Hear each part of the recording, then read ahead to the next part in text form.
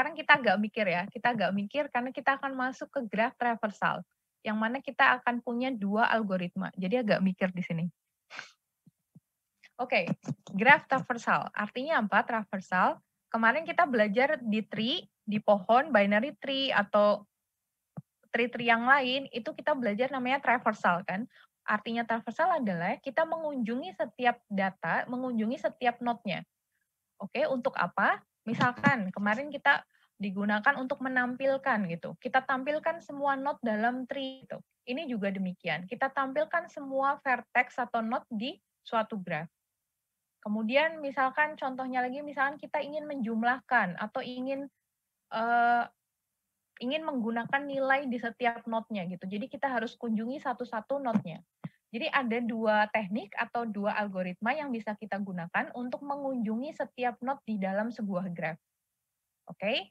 Yang pertama adalah nama tekniknya atau algoritmanya adalah depth first search atau kedalaman pencarian mendalam. Jadi kita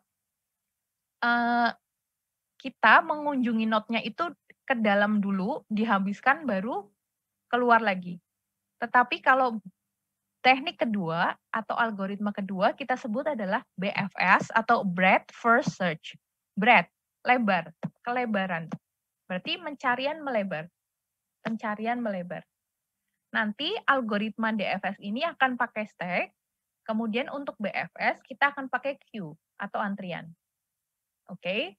Jadi sebelum kita masuk ke algoritmanya, langkah-langkahnya satu persatu, ini biar jadi bayangan gimana DFS dan BFS, kita lihat gambarnya ya. Kita lihat gambarnya, lihat di sebelah kiri dulu.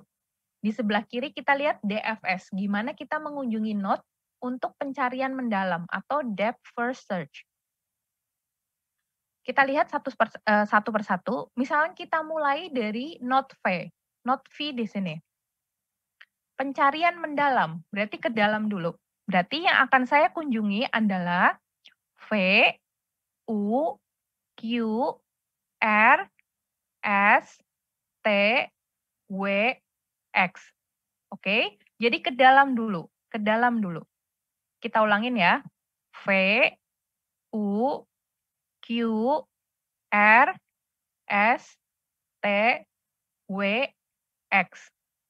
Oke, ini untuk dalam. Berarti ke dalam dulu, kita habiskan yang dalam dulu, baru kita keluar lagi ke atas gitu. Kita bandingkan dengan gambar yang kedua. Gambar yang kedua ini menggunakan pencarian melebar atau breadth first search, BFS. Kita lihat di sini, misalnya dimulai dari V, berarti melebar, berarti nggak ke dalam dulu.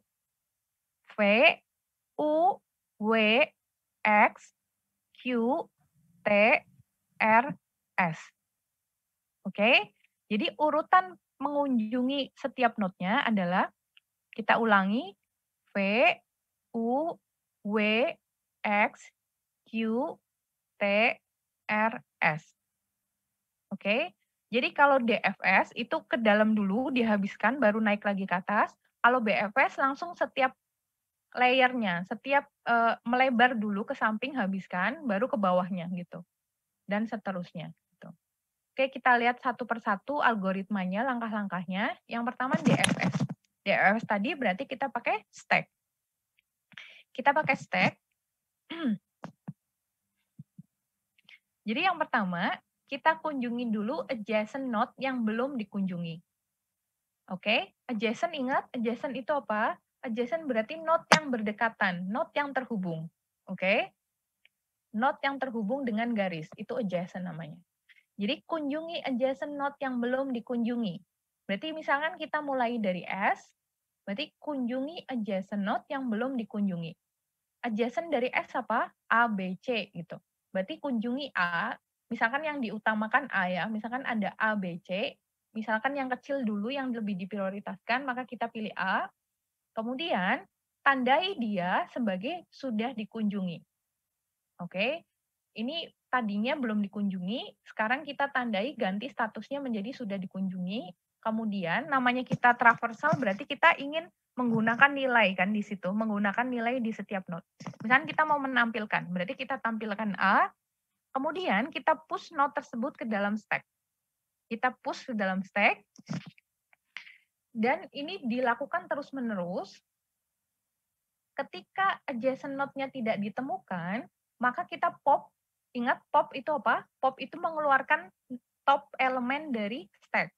Berarti kita pop sebuah node dari stack, kemudian kita kunjungi adjacent node dari top stack. Oke, kemudian kita iterasi ulangi langkah 1, 2 ini sampai stack itu habis gitu. Kita masuk ke itunya, proses algoritmanya satu persatu biar mudah dipahami. Jadi ketika kita programnya, pertama kali kita inisialisasi, kita punya graph dan kita punya stack kosong. Oke, kita punya stack kosong. Kemudian, ingat, kita mulai dari S. Kita mulai dari S, kunjungi adjacent node yang belum dikunjungi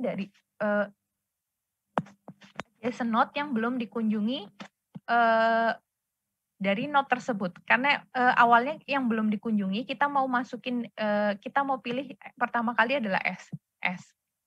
Kemudian masukkan dia, ini, tandai node tersebut dengan sudah dikunjungi, kemudian tampilkan, kemudian push node tersebut ke dalam stack.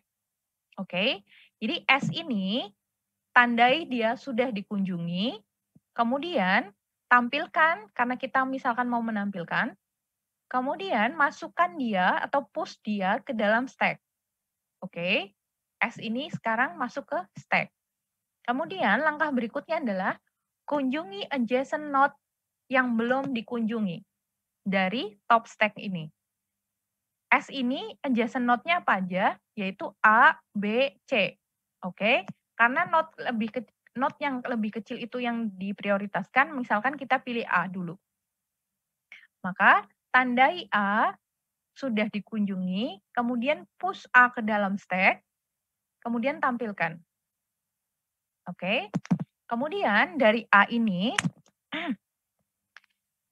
kita lihat adjacent node yang belum dikunjungi dari A. Berarti apa? Kan adjacent node A itu S sama D. S tadi udah dikunjungi, berarti yang belum dikunjungi adalah D. Oke, berarti D ini tandai sudah dikunjungi, push ke dalam stack, kemudian tampilkan. Oke, kemudian tadi sampai D ya, berarti kita cari adjacent node dari D yang belum dikunjungi. D ini yang belum yang adjacent node-nya adalah A, B, C. Yang belum dikunjungi adalah B sama C. Karena yang kecil duluan, maka B dulu. Misalnya kita pilih B. Berarti tandai B sudah dikunjungi, masukin ke stack, kemudian tampilkan B. Oke. Kemudian ulangi langkah lagi dari adjacent node dari B yang belum dikunjungi, itu apa? B ini adjacent node-nya adalah D sama S. Dua-duanya ini sudah dikunjungi. Berarti tidak ada node yang belum dikunjungi. Ketika tidak ada node yang belum dikunjungi atau tidak ditemukan, maka pop sebuah node dari stack. Oke, pop. Pop artinya keluarkan topnya. Berarti B kita keluarkan. B kita keluarkan, kemudian sekarang topnya adalah D. Oke, sekarang adjacent node dari D yang belum dikunjungi itu apa? D ini tadi punya adjacent node A, B, C. Yang belum dikunjungi adalah C.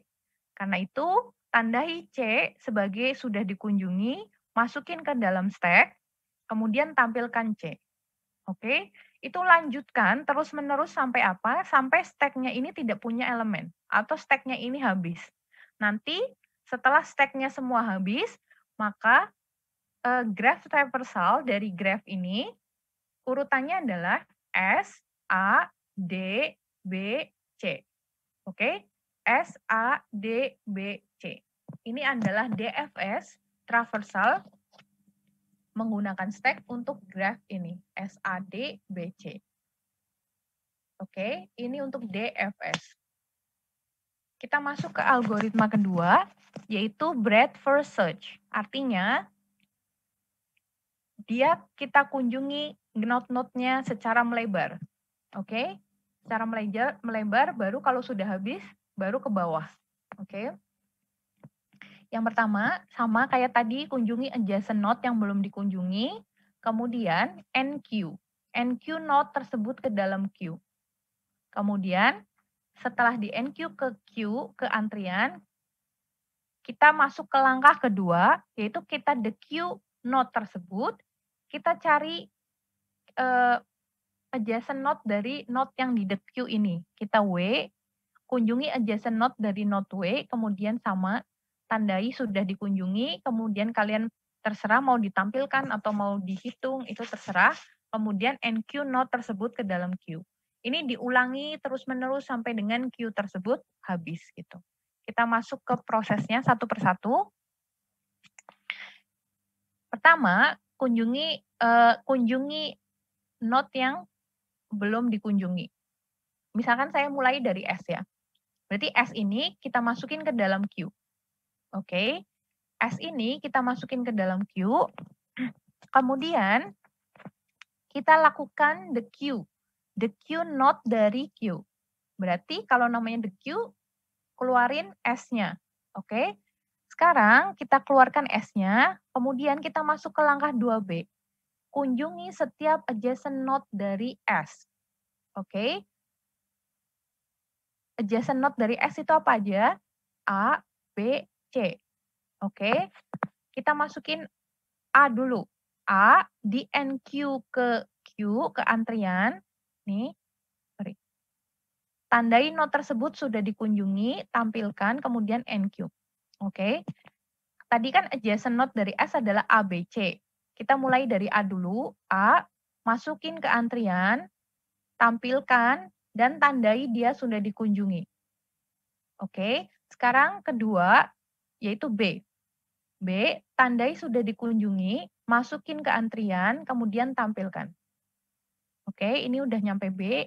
Kemudian C. C berarti tandai dia sudah dikunjungi, masukin ke antrian, tampilkan. Kemudian, kita ulangi langkah lagi. Ulangi berarti the queue antrian. Berarti kita ambil namanya antrian berarti first in, first out. Berarti kita ambil A di sini. Yang adjacent terhadap A itu apa? Yaitu D sama S. Tetapi yang belum dikunjungi adalah D. Oke, berarti kita tandai D sudah dikunjungi, masukin ke antrian, dan tampilkan.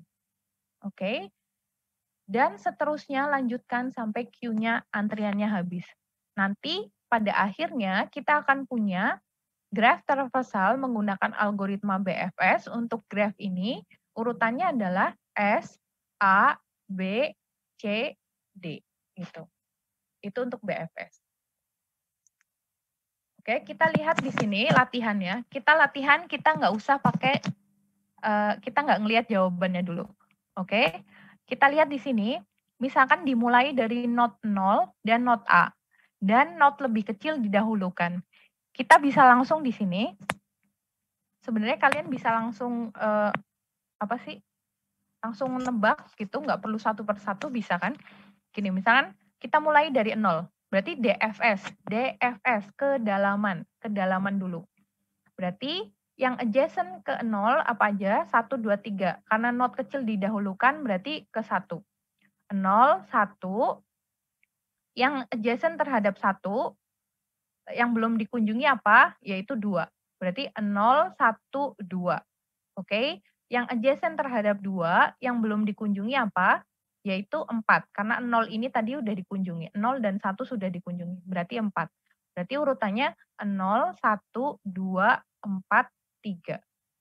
Itu untuk DFS. Kalau untuk BFS, pencarian melebar, berarti 0 kita mulai. Kita lihat satu persatu yang adjacent terhadap 0, kita masukin ke situ.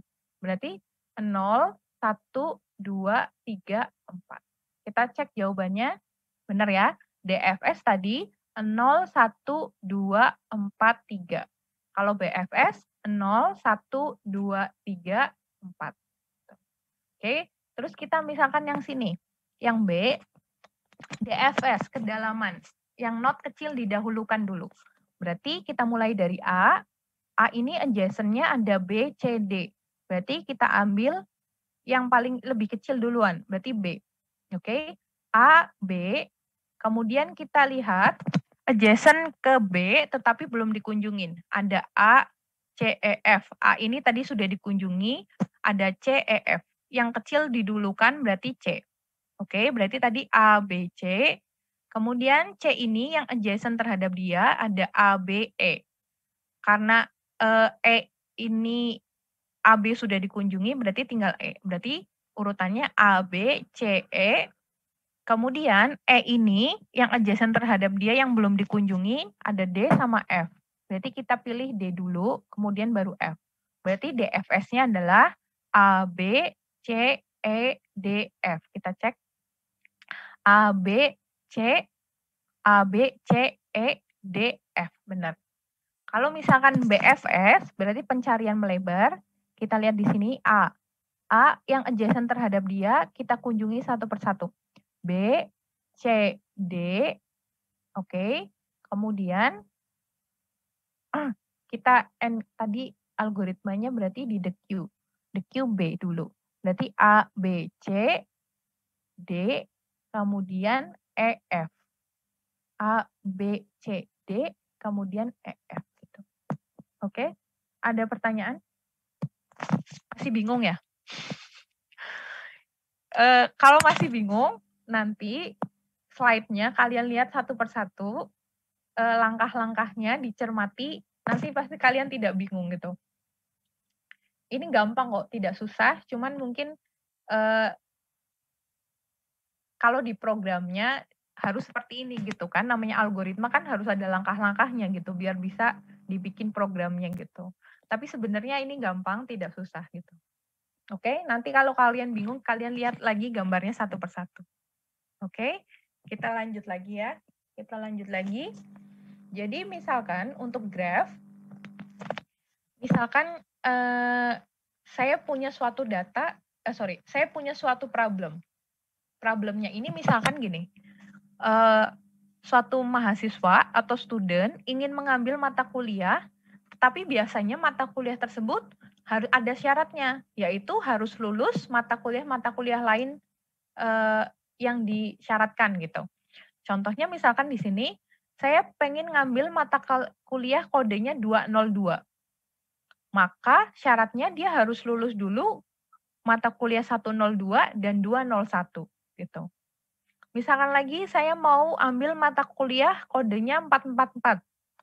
Berarti dia harus lulus dulu mata kuliah 202, 233, 431 atau dia harus lulus dulu mata kuliah 102, 201 dan 343 gitu.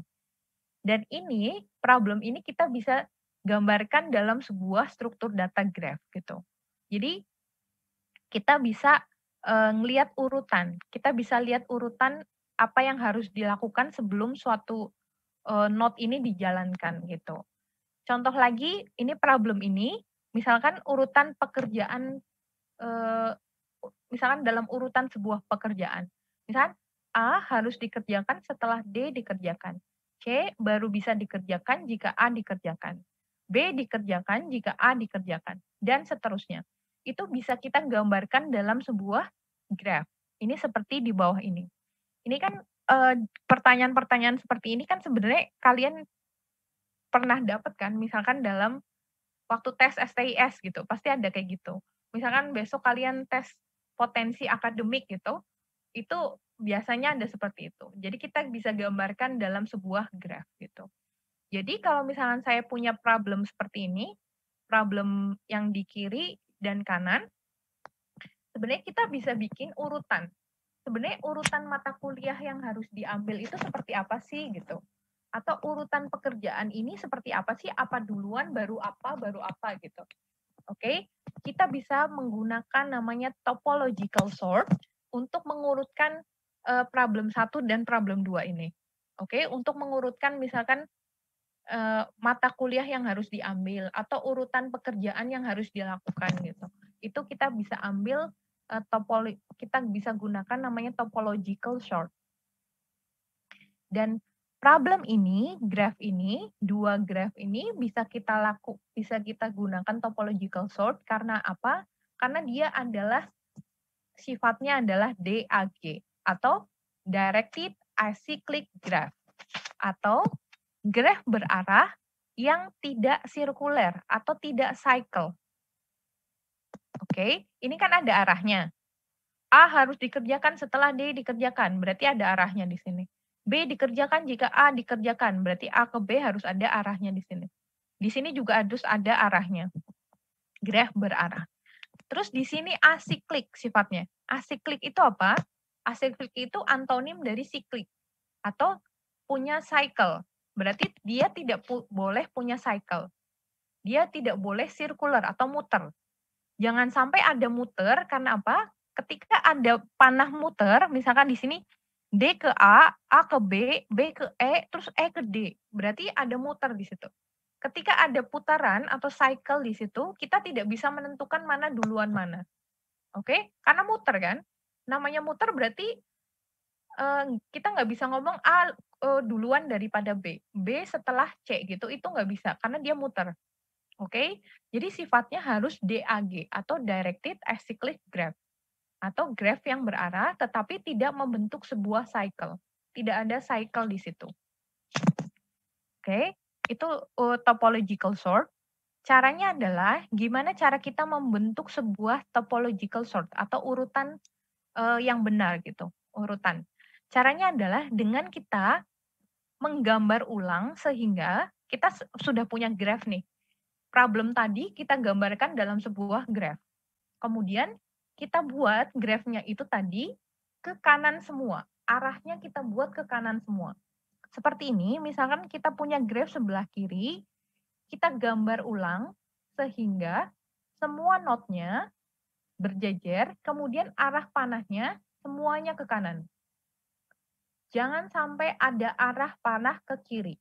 Tanda panah selalu ke kanan. Oke, jadi misalkan grafnya seperti ini, kita bisa buat A ke B, B ke C, C ke D, D ke E. Itu ke arah kanan semua. Karena F ini tidak punya panah, dia bisa dimanapun sebenarnya.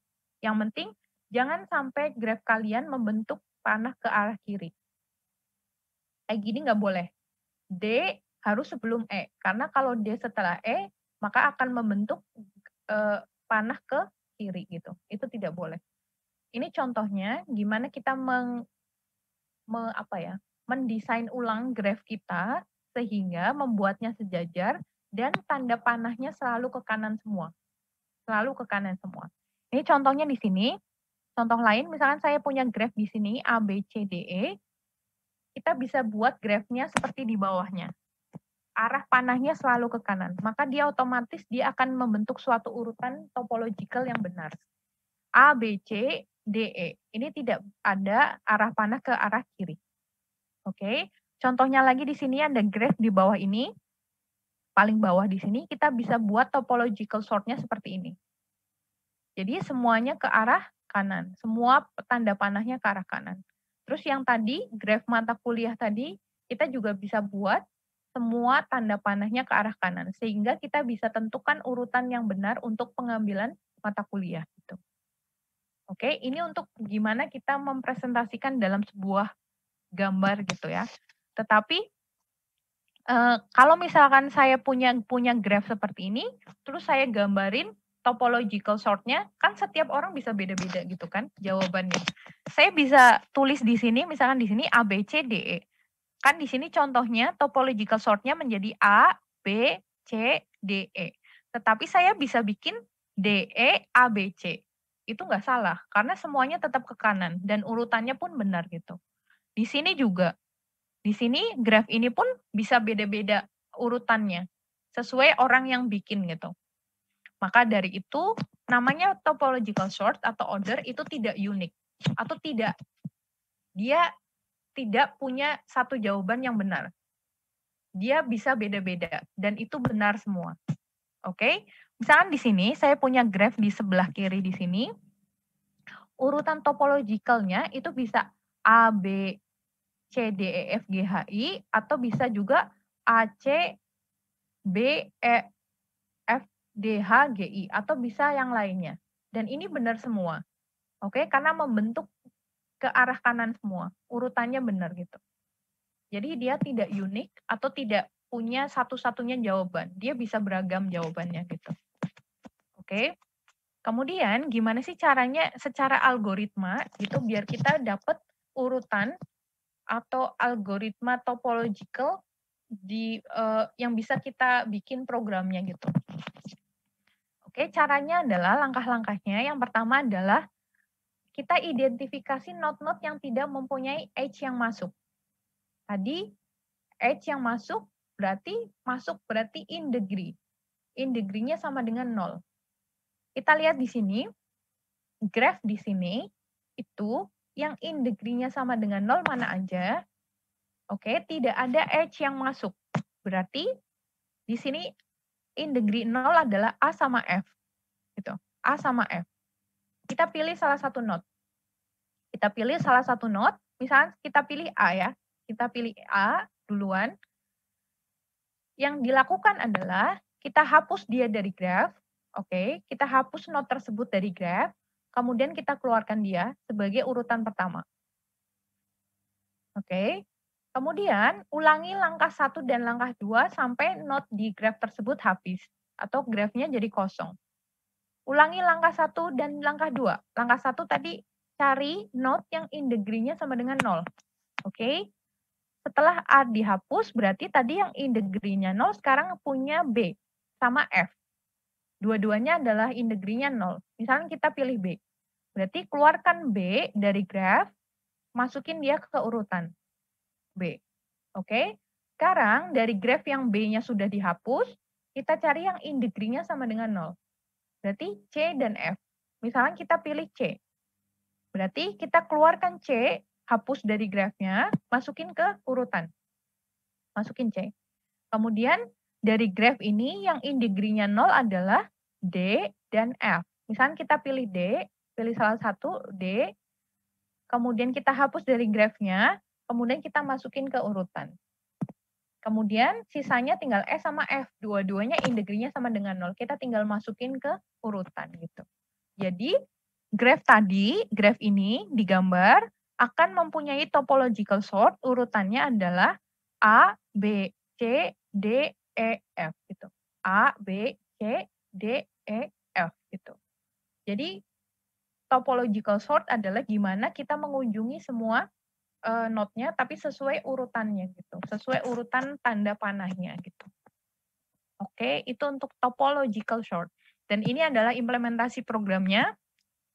Jadi topological sort yang tadi langkah 1 dan langkah 2 kita iterasi satu persatu, itu kita bisa implementasikan dari program. Sudah saya kasih programnya, kalian bisa lihat di situ. Ini adalah algoritmanya satu persatu. Jadi kita bisa pakai array, bisa pakai queue, bisa pakai stack di situ. Oke, itu untuk topological sort. Ini misalkan latihannya, bagaimana topological order untuk graph di bawah ini. Jawabannya apa? Tidak bisa, Bu. Betul. Jawabannya adalah tidak bisa. Karena apa? Karena dia punya cycle di sini.